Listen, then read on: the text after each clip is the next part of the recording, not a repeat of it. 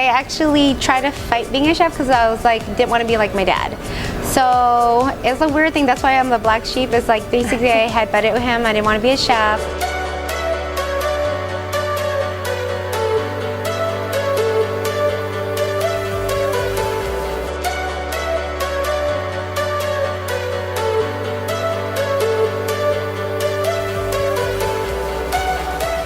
I'm Sarah Jenkins with Blond About Town, and I'm so excited to showcase this very special Southwest Las Vegas restaurant to you today.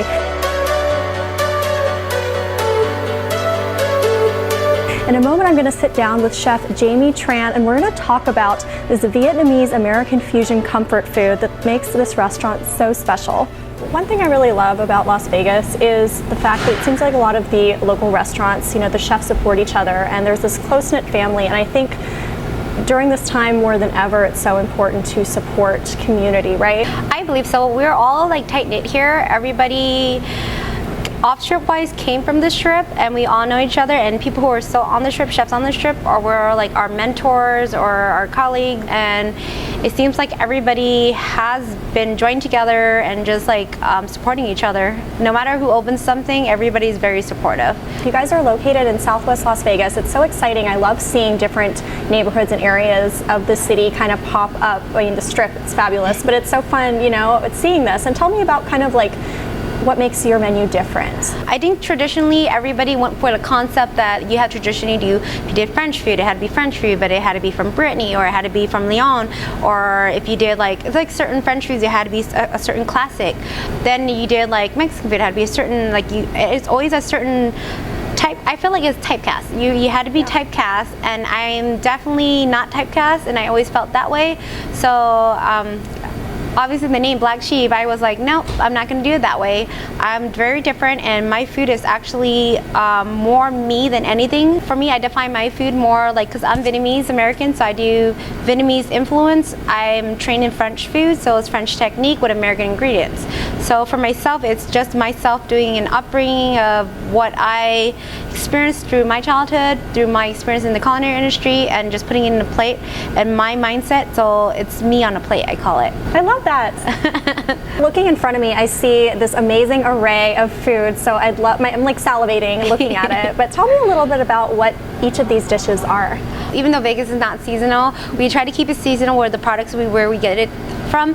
I love the peak season because you get utilize the flavor, the nutrients of the product. Like peaches are in season, stone fruit's coming in season right now. So right here we have like my twist on a simple salad. We have a like kind of grilled peach with a little honey, salt to bring out the flavor. Underneath is like a goat cheese panna cotta, so you get that funkiness, but then still add some citrus so it can balance out. We put some toasted pistachio, give a little bit of a kind of like smoke taste to it, little texture crunch, and then we actually do the bitterness to contrast the lemon vinaigrette.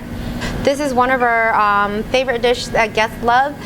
We do stone fruit as well, that's plums. Underneath we do kind of like a play on a Vietnamese dish. We do a caramelized stone fruit sauce underneath, little pan-seared Velasco salmon, and a little fresh plum sauce to reinforce plum flavor in a different way, give it freshness. And then we also have smoked eggplants that are in season right now. Wow. So we smoke it with a little table side, you lift it up, we do a cherry wood smoke, so there's flavor, there's texture, and there's like aesthetics. There's so many layers to each dish. I love it. And I feel like there's so much love that goes into each dish. Like when you describe each, you know, ingredient that is really complementary to each other. I feel like it's just like a history lesson and a biology lesson in one. It is. It's amazing. So tell me this last one here. This one is our hamachi crudo. I wanted to play on the watermelon summertime again. So we do like a yellow watermelon. We kind of like soak it in marinated with a little whiskey mint syrup, just to enhance that flavor, because yellow watermelon is very delicate and you don't have that robust flavor, but I do put fresh pieces of yellow watermelon so you can have that natural flavor to it. We do pickled cucumbers,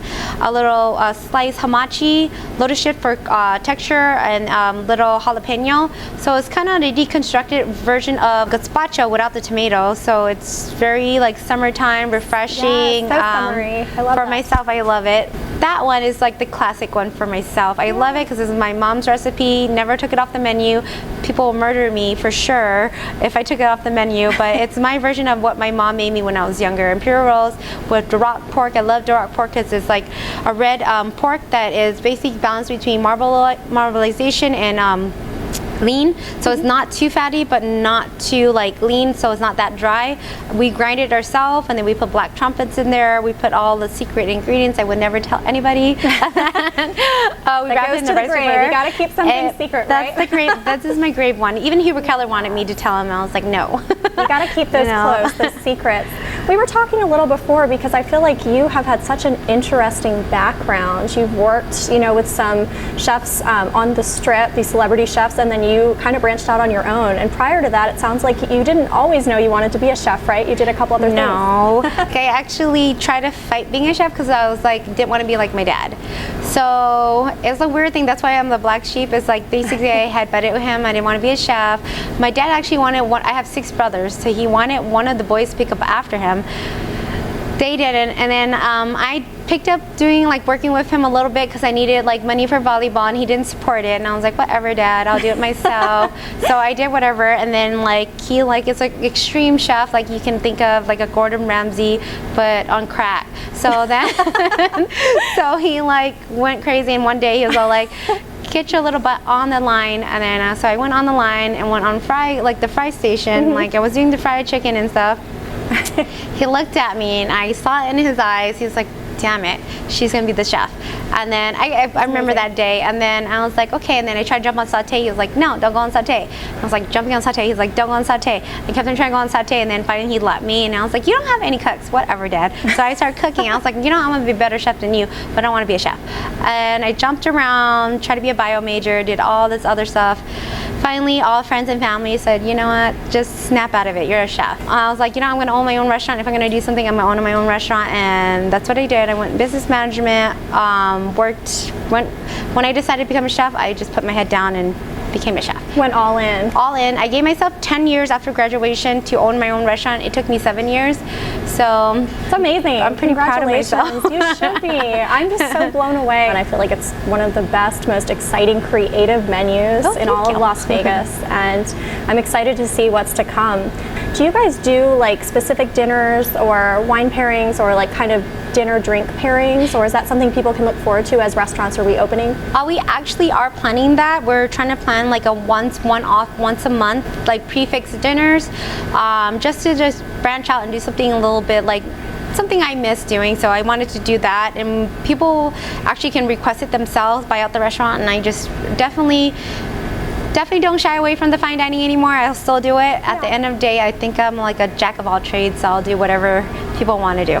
I think it's interesting that that's the way people live, right? Is that they might have like a fancy dinner, a fine dining experience, or you know, that they'll go to, but the majority of our lives, I think most of us are a little more casual. So I love that the fact that your menu reflects kind of, you know, it can be this fine dining experience, but it also can be getting in there and having this like street food or food reminiscent of maybe a dish you had growing up. Well, that's what I love about the food I do. There's certain dishes that take a lot longer. It takes about at least 10 hours to create.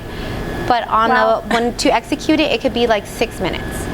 That's incredible. So, and you're right, people probably don't always appreciate that, but that makes it even more special, you know, the finished product. But we understand it's a community, and we actually try to give you the value. So whatever you get on strip, quality-wise, like protein, vegetable and stuff, we get it same here, but we don't charge you because, again, we don't pay the overhead on it. Right. As a strip. So love it. So support local restaurants, support local chefs, and we have this incredibly talented chef that is so creative. Everything she's put in front of us that we're tasting today is so good. So come on out. Until next time, thanks again. I'm Sarah Jenkins with Blond About Town.